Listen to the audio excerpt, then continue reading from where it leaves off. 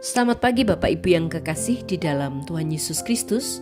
Pagi hari ini saya Eko Wayu Suryaningsih kembali menyapa dengan kebenaran firman Tuhan yang terdapat dalam Kolose 2 ayat 7. Kolose 2 ayat 7.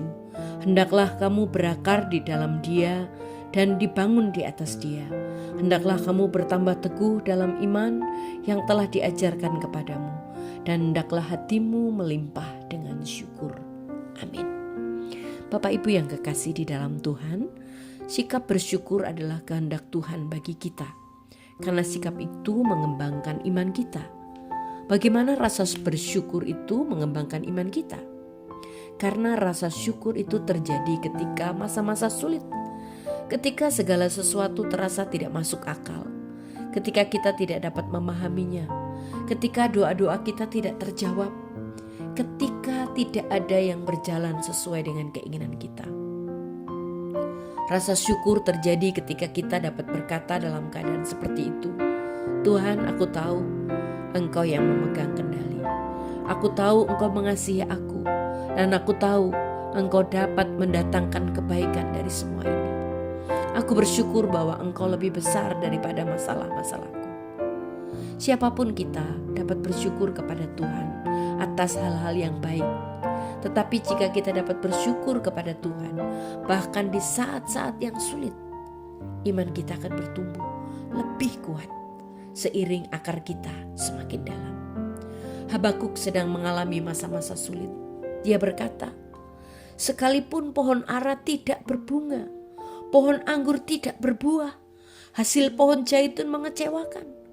Sekalipun ladang-ladang tidak menghasilkan bahan makanan, kambing domba terhalau dari kurungan, dan tidak ada lembu sapi dalam kandang, namun aku akan bersorak-sorak dalam Tuhan, beria-ria dalam Allah juru selamatku.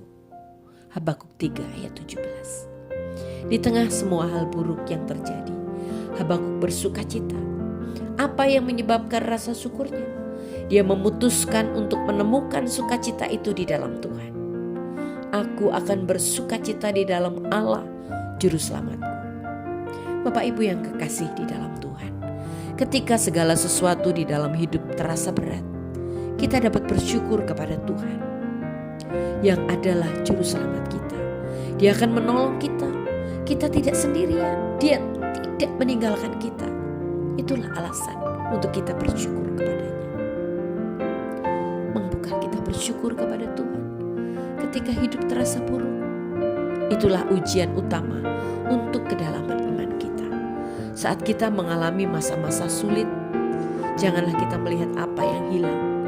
Kita lihat apa yang tersisa dan bersyukurlah atasnya.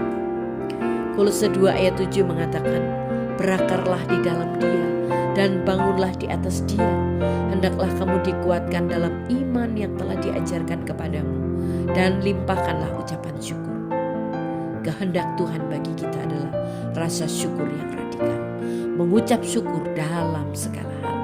Kita dapat bersyukur kepada Tuhan apa adanya.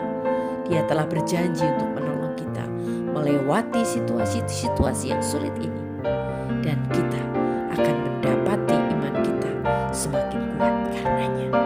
Amin. Mari kita berdoa. Tuhan Yesus, terima kasih buat firman-Mu hari ini.